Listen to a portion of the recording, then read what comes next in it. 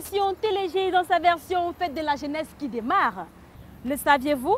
La toute première édition de la Fête nationale de la jeunesse fut célébrée le 11 février 1966. Elle fut officiellement lancée par M. Félix Tonyembok, ministre de la Jeunesse. À l'époque, la célébration de la Fête nationale de la jeunesse s'étendait sur un mois. Mais de nos jours, dans l'optique d'éviter des perturbations dans l'emploi de temps scolaire, elle a été ramenée à 7 jours. Pour cette 49e édition de la Fête nationale de la jeunesse, que comprendre du discours du chef de l'État à la jeunesse? Est-ce que les attentes des jeunes ont été comblées? Retrouvons-nous juste après le générique pour en savoir.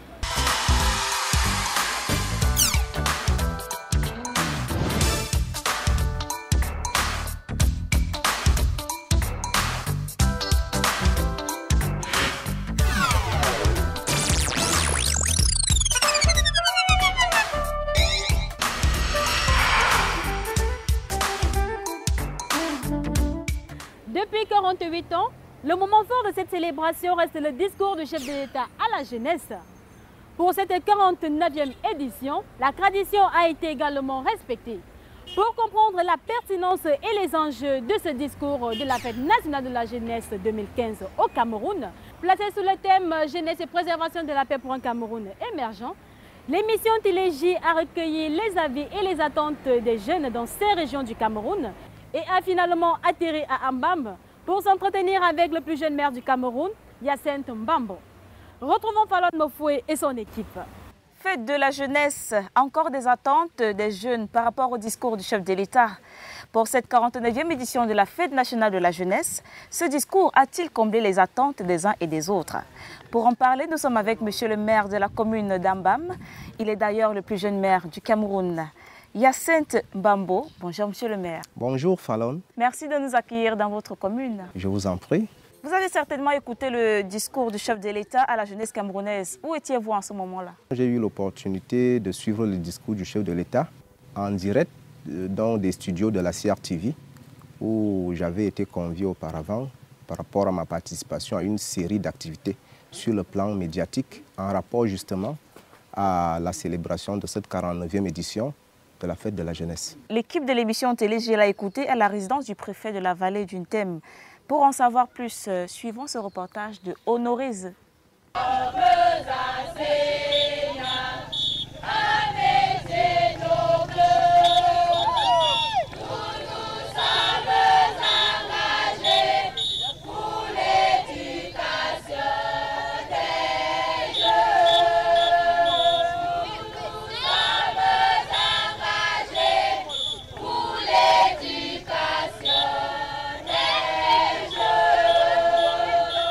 Lorsque nous débarquons dans la ville d'Ambam pour les festivités de la 49e fête de la jeunesse, nous sommes accueillis par cette retraite au flambeau ici à la place des fêtes de la ville. Il est déjà 20 h et nous nous empressons de nous rendre au domicile du préfet de la vallée d'Untem. Toute la famille réunie suit attentivement le message du chef de l'État via cet écran placement. Et nous avec. Vous devez surtout vous défier des chants trompeurs, des oiseaux de mauvaise augure, ces marchands d'illusions qui n'ont pour projet que la déstabilisation via les réseaux sociaux. Ces prophètes irresponsables cherchent de façon évidente à vous instrumentaliser. À la fin de ce discours, le préfet Bayrou, Alim Jean-Roger, nous en livre la quinquessence. Le chef de l'État allait droit au but. Il n'a pas parlé des constructions des salles de classe, comme l'habitude. Il a dit directement le problème du chômage et a évoqué deux causes essentielles, les causes endogènes et les causes exogènes. Les causes endogènes, c'est quelquefois le système de formation. Les causes exogènes, le contexte international, c'est-à-dire le contexte économique. Il est également revenu sur des problèmes sécuritaires que nous vivons dans une certaine partie de notre pays. Et où l'engagement dont les jeunes assez mobilisés, comme les autres forces vives du pays, n'est-ce pas, pour soutenir, n'est-ce pas, ces militaires qui payent même de leur vie pour, n'est-ce pas, maintenir l'intégrité de notre territoire. Mais seulement il met en garde, c'est-à-dire les fauteurs de troubles, les vendeurs d'illusions. Monsieur le maire, comment appréciez-vous le discours du chef de l'État? Disons que, contre toute attente, le chef de l'État a été précis et concis dans son adresse à la jeunesse camerounaise. J'ai eu le temps de chronométrer ce discours qui a duré 10 minutes très exactement. Comme pour dire que le chef de l'État, comme il a coutume de le dire, l'heure est à l'action. C'est ce qu'il a voulu démontrer par rapport aux différentes préoccupations de la jeunesse. Avant justement le message du chef de l'État à la jeunesse, nous avons pris la peine de recueillir les attentes des jeunes dans 5 régions du pays. Écoutons-les. Je suis Bégadeux Francis, étudiant en philosophie niveau 1. J'aimerais vraiment que dans le discours du président de la République, il annonce déjà qu'il y aura vraiment beaucoup de concours qui vont encore être lancés dans les prochains jours. Et ce que les jeunes veulent encore, c'est qu'il faudrait vraiment que la paix revienne. Moi, c'est M. Seb Doujan, faculté des sciences économiques et gestion, master de comptabilité finance.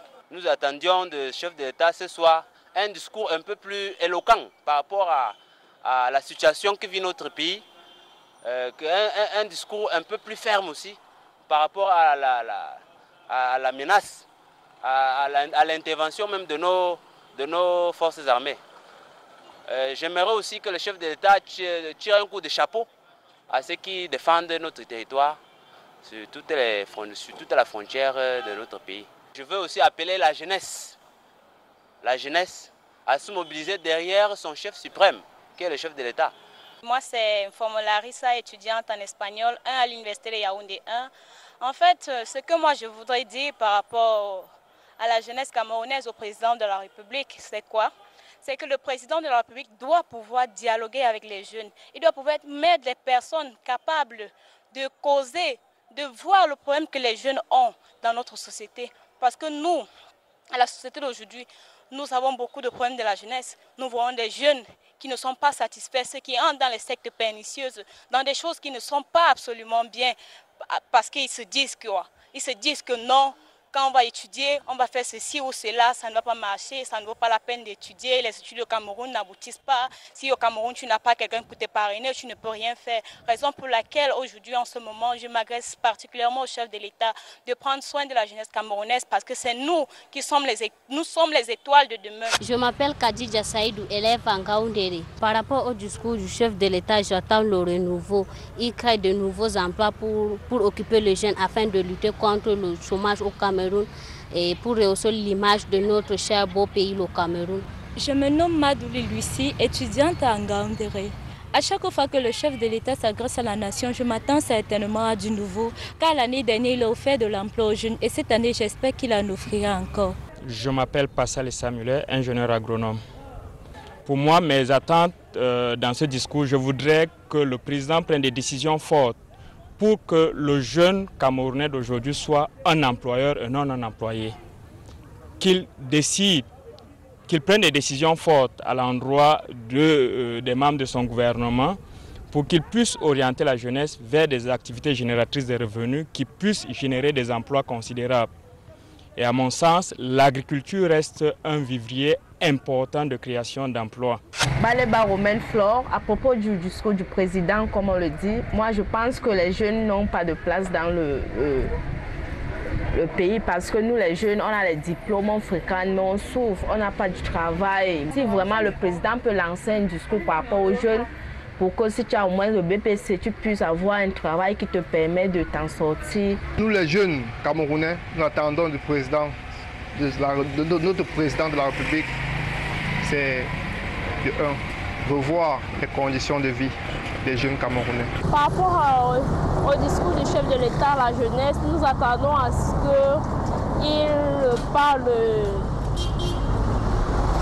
qu'il mette un accent sur les activités scolaires dans les lycées et aussi l'hygiène dans les établissements. Nous attendons beaucoup plus par rapport à ce qui se passe dans l'extrême nord. Quel avenir auront les jeunes de cette localité? Je m'appelle Adanguema Muriel Fabiola, en classe de seconde C au lycée bilingue d'Ambam. Concernant le discours du chef de l'État, j'aimerais que le chef de l'État puisse avoir confiance aux jeunes. Yvan Junior Abata, en service à la préfecture d'Ambam. La jeunesse camerounaise aujourd'hui a beaucoup d'attentes vis-à-vis du chef de l'État, son Excellence, M. Paul Biya, particulièrement l'emploi. C'est une préoccupation majeure pour la jeunesse. Donc nous attendons du discours du chef de l'État une assurance, c'est-à-dire le chef de l'État doit rassurer les jeunes par rapport à leur avenir sur le plan professionnel. Également, il y a des attentes au plan de la santé et puis le problème majeur qui mine actuellement le Cameroun, celui de l'insécurité. Parce que, vous le savez tous, il n'y a pas de développement s'il n'y a pas de sécurité. Moi, je suis Madame Evelyne Petiambo, professeure de lycée au lycée d'Abaminko. Et en tant que jeune, j'attends que le président de la République offre plus d'emplois aux jeunes. Et en plus de cela, qu'on ait une facilité dans la création des entreprises. Et que le système éducatif aussi, qu'un accent soit mis sur le système éducatif. Parce que j'ai l'impression que les jeunes sont plus créés pour être employés. Ils ne peuvent pas s'auto-employer, donc on doit libéraliser, on doit amener le jeune à être indépendant, à créer, donc faire éclore son génie. C'est Irène Api, je me trouve à Bayaga. Bon, concernant le discours du chef de l'État par rapport au 11 février, j'aimerais qu'il nous rassure par rapport à notre situation sur Boko Haram, qu'il nous donne une assurance. Moi, c'est Ghislain Begam. Par rapport au discours du 11 février, voilà ce que j'attends à notre chef d'État. J'aimerais connaître les dispositions qu'il a mis en jeu pour le moment pour éliminer le secte des terroristes Boko Haram qui est en train de menacer notre pays. Monsieur le maire, au regard de toutes ces préoccupations, nous remarquons que les mêmes problèmes reviennent, à savoir le problème d'emploi, le problème d'insécurité avec le phénomène de Boko Haram, l'inadaptation du système éducatif, entre autres. Pensez-vous que ce discours a comblé les attentes de ces jeunes Camerounais?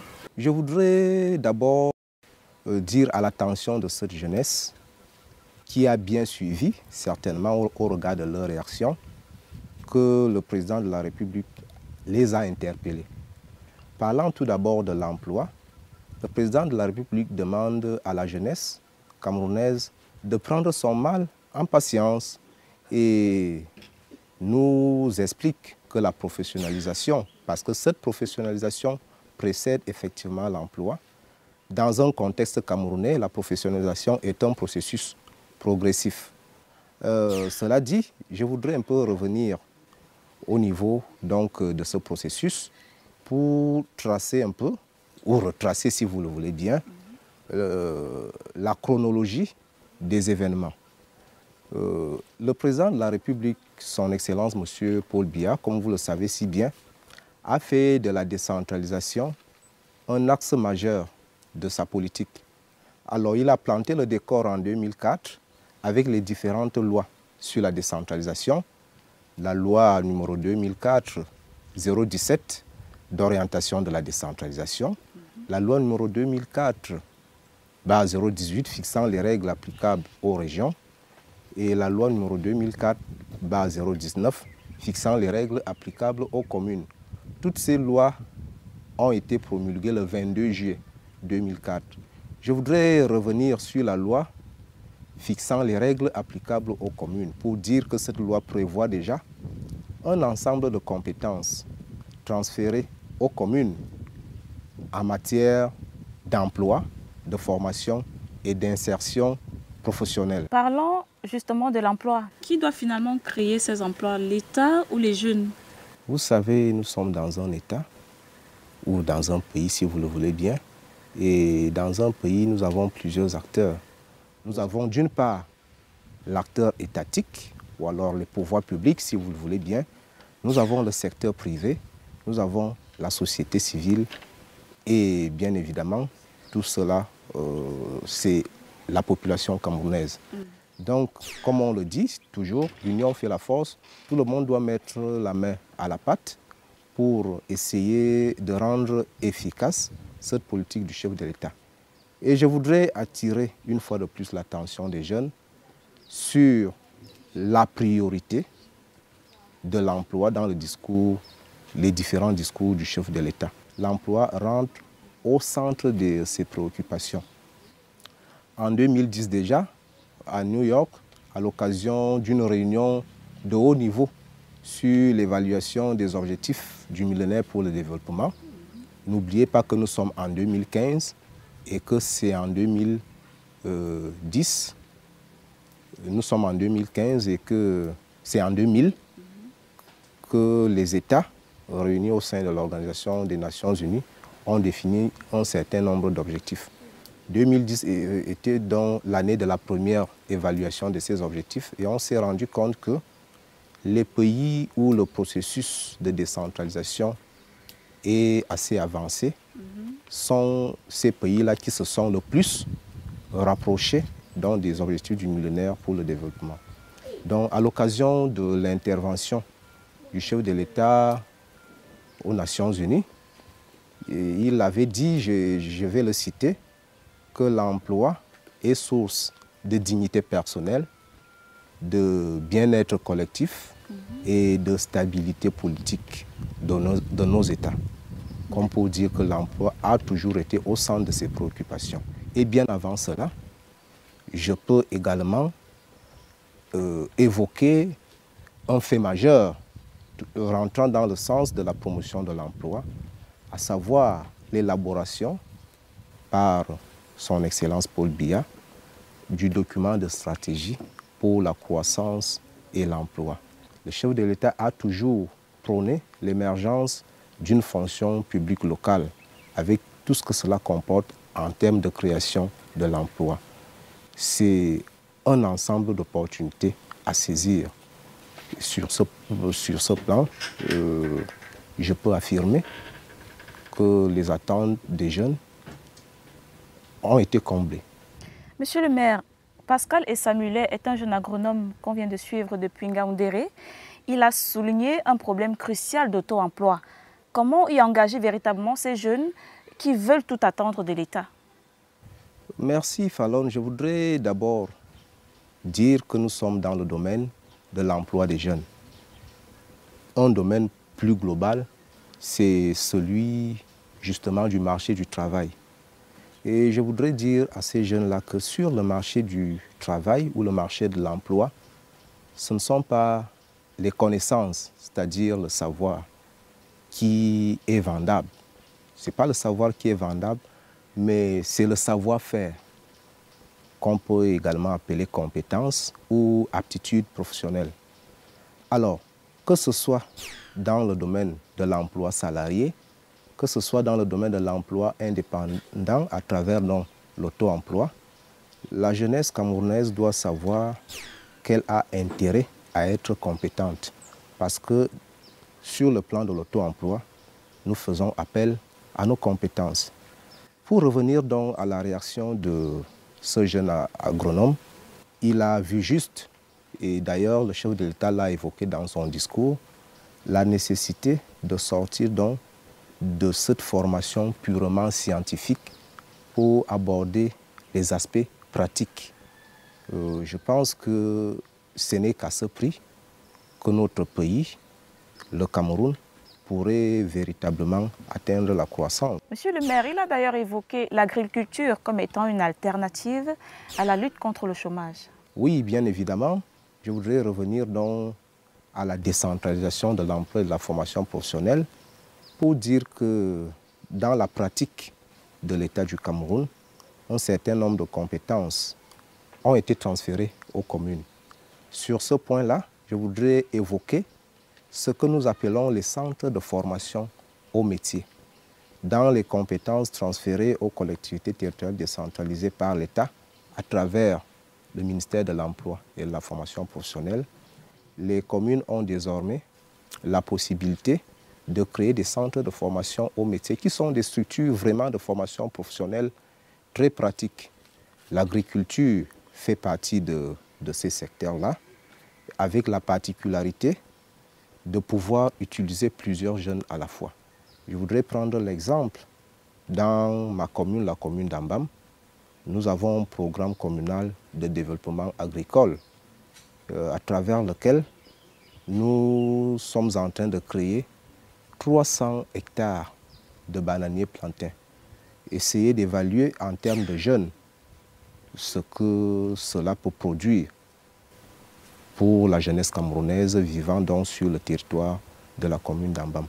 Donc nous devons regarder, nous devons de plus en plus nous intéresser aux filières pratiques à l'instar de l'agriculture. Et revenant au discours du chef de l'État, il a évoqué d'autres aspects plus techniques, liés notamment à l'électronique, la soudure, bien évidemment l'importance de l'informatique, les nouvelles technologies de l'information et de la communication a été soulignée. Donc nous devons, la jeunesse, beaucoup plus nous préoccuper à nos compétences, c'est-à-dire à nos aptitudes professionnelles et nous intéresser donc à ces filières pratiques. Après ce discours, nous avons recueilli quelques réactions que nous vous invitons une fois de plus à suivre. Du discours du chef de l'État, tout d'abord, j'ai retenu qu'il a encouragé les jeunes soldats de l'armée camerounaise qui sont au front, qui bataillent jour et nuit pour que la paix et la sécurité règnent dans notre pays. Ensuite, j'ai retenu son interpellation envers la jeunesse de ne pas se laisser emporter par les discours des oiseaux de mauvais augure à travers les campagnes calomnieuses qu'ils font dans les réseaux sociaux, dont le président de la République, son Excellence Paul Biya, a demandé à la jeunesse camerounaise tout entière de rester cohérente, de rester vigilante et surtout de ne pas se laisser emporter par les discours des oiseaux de mauvais augure.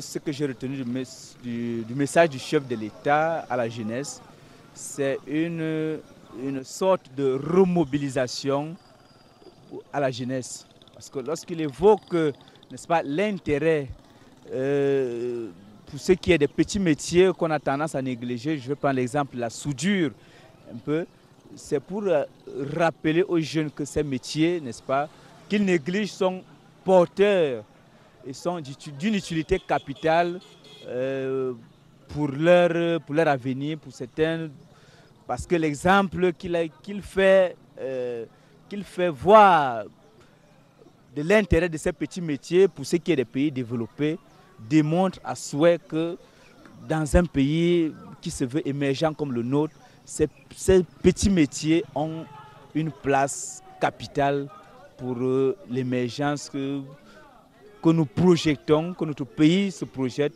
en 2035. Ceci voudrait également dire que les jeunes devront prendre leur destin en main.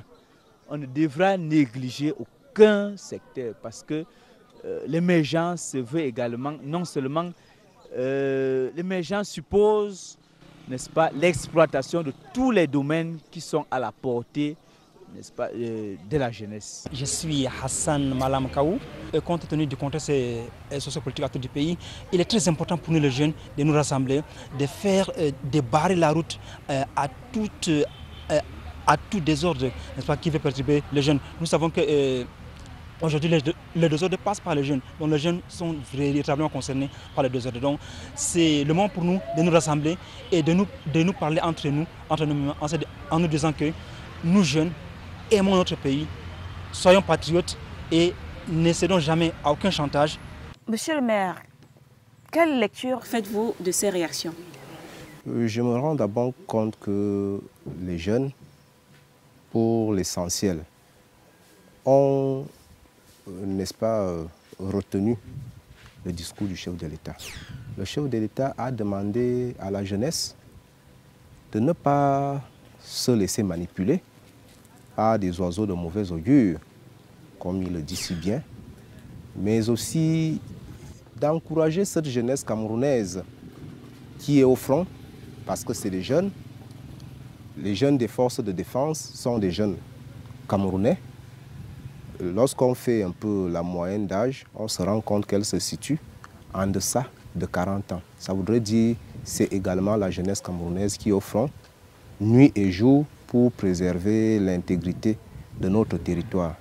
Nous sommes dans un contexte général d'un programme fort ambitieux conçu par le président de la République, dénommé pour un Cameroun émergent.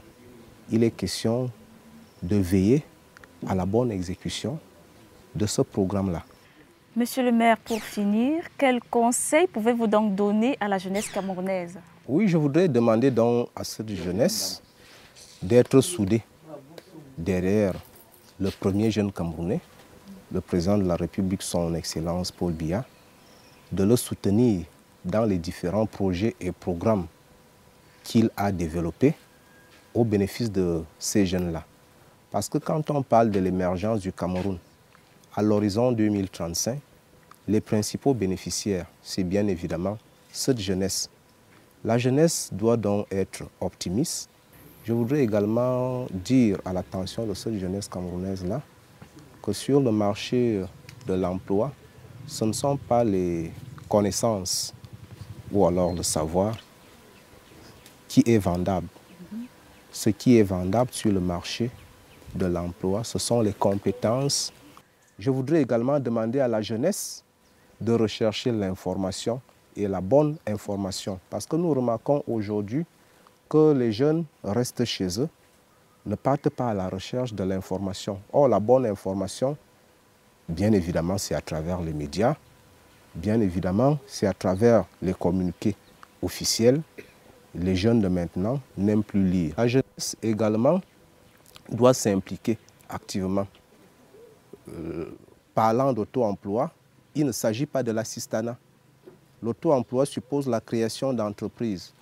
Et ce sont ces entreprises qui doivent payer les impôts pour que le pays puisse fonctionner normalement, pour que nous puissions atteindre la croissance. Merci beaucoup, monsieur le maire, d'avoir répondu à nos questions. Je voudrais également remercier l'équipe de Téléjeunes et je souhaite bien de choses à vous. Okay, merci beaucoup. Le chef de l'État a invité le gouvernement, à travers les structures mises en place, à poursuivre la formation professionnelle, à promouvoir l'auto-emploi et surtout le financement des micro-projets qui feront des jeunes Camerounais des hommes de troupe et non des hommes de rang. À tous les créateurs d'emplois, cette tribune est la vôtre. Saisissez-nous et nous parlerons de vous. Cette 46e édition de Téléj entre en gare. Merci à vous pour le temps consacré. Vos remarques et vos suggestions sont les bienvenues. Merci à tous les partenaires de l'émission Téléj, à savoir Chafalia Beauty à Tongolo, Hervé Shopping, l'habilleur incontestable des stars, c'est à la descente du lycée bilingue qui me rend délicieusement belle. Merci à tous les reporters de l'émission Téléj, mais un très grand merci particulier à l'agence d'image GIC RITVC. Quant à moi, je vous laisse en agréable compagnie des populations de Mintak. C'est dans la région du centre au Cameroun. Que Dieu vous comble de ses grâces infinies et à très bientôt. Je m'appelle Nkouma Thierry, je suis élève au CETIC de Mintak. J'aime trop l'émission Télé Jeunes là parce que moi je fais partie des jeunes de Mintak. Menanzuza Eyenga Josiane Séraphine, Ngona Mintak, Ngon Ondurbo Kon Salomon, Nyang Manunzuza Mbon Mangang Geneviève. Ma yon bongon bo bunga be seven nda menza be balang émission télé jeune be lang da me bo boyom ya yen na lang be lang active be la bunga bongon bo bunga be nemi kanga da me manadona papa biya da ko mane e wa bala mga kare bong be sena bo jeune be se be bo da mane télé jeune be participer à ce ene da même pi ene da mana to baba be bisa to baba ti comme l'homme élevage. Bonjour, je m'appelle Achamaleni Sangrine, je fréquente au lycée bilingue de Minta. J'aime regarder l'émission Télé Jeunes et je conseille à tous les élèves de regarder l'émission Télé Jeunes. Et je profite en même temps de dire bonjour à mes camarades, à mon proviseur et à mes parents. Menonjonza Kanga Nanga Simon Pierre.